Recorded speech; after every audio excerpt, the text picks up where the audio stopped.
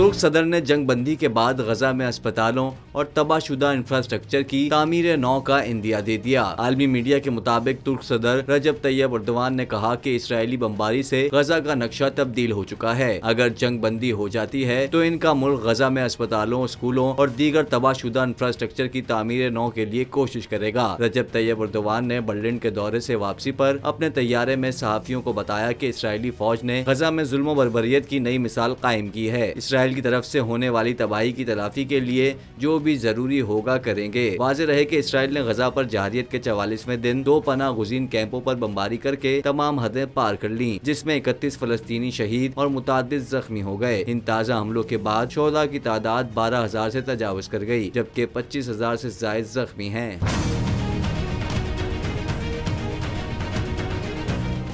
Subscribe करें और bell दबाएं ताकि कोई खबर रह न जाए।